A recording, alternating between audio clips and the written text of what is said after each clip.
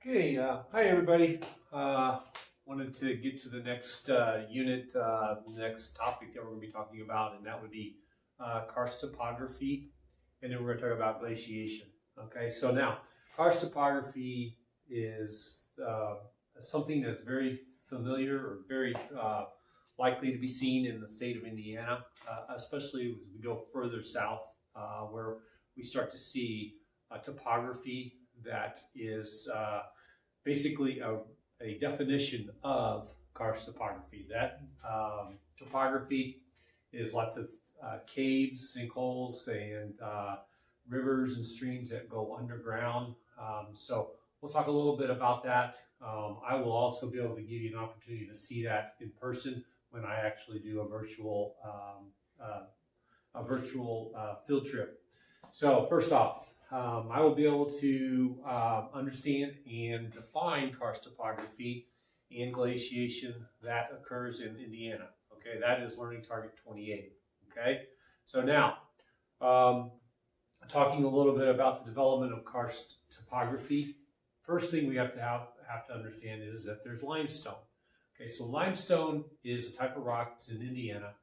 It's very very soft, and it can be, when I say soft, all rocks are hard, but limestone would be more soft, would be more conducive to being weathered quickly. You guys just got done talking or seeing how rock weathers and erodes. Well, limestone weathers and erodes really quickly through the reaction of water. It's a carbonic acid reaction. Okay, so anyhow, let's get going on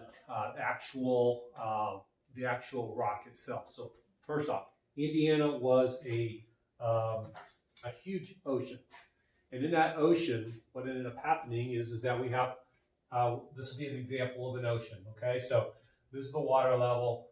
This covered pretty much all of Indiana. Okay, so what happened is that there were fish, plankton, large crustaceans, mollusks, and big, huge fish. They were living in the ocean. Okay, so they would live, and then they would reproduce. And as they reproduced, obviously, more fish, more plankton, more mollusks, more animals like that would end up being reproduced, and then eventually they would die. So what happens is when it dies, it would end up floating down to the bottom of the ocean. Okay? And so it started to fill up. So the ones that were reproduced, didn't do the same thing. And they would keep doing that over periods of millions and millions of years. And see, what ended up happening is that they would start to sink to the bottom, and it would start to build up, and pressure would start to build up on top of that. Okay? As things were built up on top. So what ended up happening is that these oceans would end up drying out through environmental changes. So what happening is that all this material kept building up over millions of years, and then what ended up happening is that the ocean was gone. Okay, dried up now, just like in Indiana right now. Okay, so then we also have what would be other things laying on top of, like maybe some other type of sedimentary rock or some type of metamorphic rock or igneous rock or whatever, build up on top of it. Well, underneath here is this big, huge pressure, lots of pressure. Okay, so now this is limestone. Now, the way that this happened is that limestone was developed through what we would call ions or carbonic acid that's in the water. It reacted to the animal that was there. It broke it down and it turned it into rock. This is a sedimentary rock. Okay, so what was left behind was limestone. Okay, so we have limestone now. What I'm going to do is I'm not going to really draw you any pictures of the limestone. What I'm going to do is I'm going to ask that you watch a couple videos, but I am going to give you a definition of what we would call karst topography. Okay, so the next slide that you would look at, okay, is the definition of karst topography. Okay, so I would go to the next slide, and then I want you to understand that when carbonic carbonate rocks or carbonic reactions take place on a limestone, it dissolves it, okay? And it dissolves it very, very slowly, okay? So let's imagine that this here is a big area of land of limestone, okay? And on top of that is soil, okay? And there's lots of plants growing. We'll say there's lots of plants in this area here, and so anyhow, this is all soil on top, okay? And we're going to be talking a little bit about soil later on. So anyhow, what ends up happening is that this rock here that was underneath ends up getting dissolved, okay? And the way it gets dissolved is by water, rain falling through, going through the soil, and then breaking down this rock really, really slowly, okay? And it's a carbonic reaction, okay? So what ends up happening is that this water goes down into here, and it starts to flow, and it starts to break down this rock, okay? As it breaks down this rock, and we're talking about millions and millions of years, okay? So what ended up happening is that this breaks down, okay? And then let's say that this area right here becomes basically void of any material, okay? It got weathered away by water, by a stream. Maybe there's a stream that flowed through here and ended up breaking down this cave, okay? So what ended up happening is that the water still continues to go through and goes through this cave, and there's little cracks in this rock, okay? It's definitely permeable, okay? So what ended up happening is that the water then drips down through here, and then it just keeps breaking down. And eventually this cave gets bigger and bigger and bigger, okay? So let's say the next 10,000 years it got to this big, okay? Well, what ended up happening is that the pressure on this here ended up making this area, and then what ended up happening is that this cave might actually start to collapse. And as it collapsed, then this here became a void right here. And this is what we would call a sinkhole, okay? So this would be a sinkhole,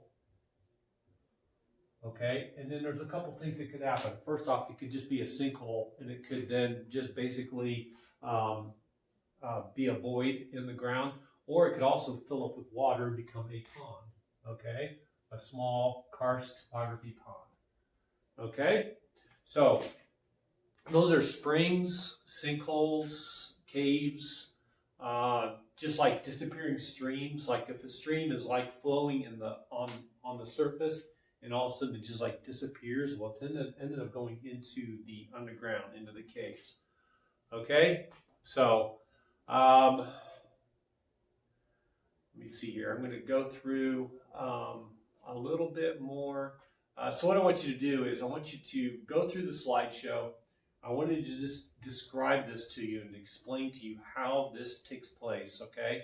I am going to give you a couple other videos that you can watch. One's PBS, and I think one is Nova.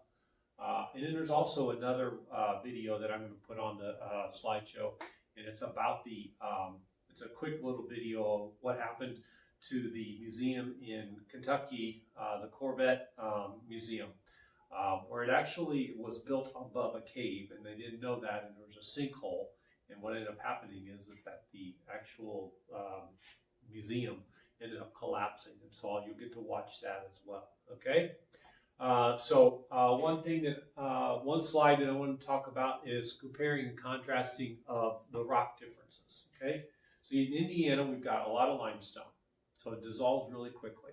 Okay. So if I took a piece of limestone and I put it out into the environment in Indiana, it's wet, it rains a lot, okay? The humidity level is very high. So what ended up happening is that piece of limestone would end up deteriorating, starting to just not decompose, but to weather quickly, okay? And when I say quickly, comparatively to, like, say I took a piece of granite. So if I had limestone and it was out in the environment, it would weather really slowly. Like if I wrote something on a piece of limestone, engraved something on a piece of limestone, it would eventually go away, okay? So if I had a piece of granite that would not happen. So granite can weather very, very slowly. Okay, in fact, you can't even notice that it is being weathered. Okay, that is because when I take a rock that is made more of an animal, okay, it is going to weather quicker. Okay, if I was to take a piece of granite and a piece of limestone and I was to take them to, let's say I went to Arizona. Well, the rock in Arizona wouldn't weather. Both of them, limestone and granite, wouldn't weather very much because of the environment, because of the climate. Okay, so anytime you see a rock outside, I use the example. I went to Ireland once, and they used to engrave their tombstones into limestone. Well, you can barely read anything now. Okay, but if you were to use granite and you engraved it, you could see everything perfectly because it doesn't weather as much, and that is a reaction of the weathering through water, through wind. Excuse me. So also keep in mind that this here is an example of the weathering of limestone. Okay, so this is going to wrap things up. Okay, go through the slideshow, watch this video. I didn't follow the slideshow completely.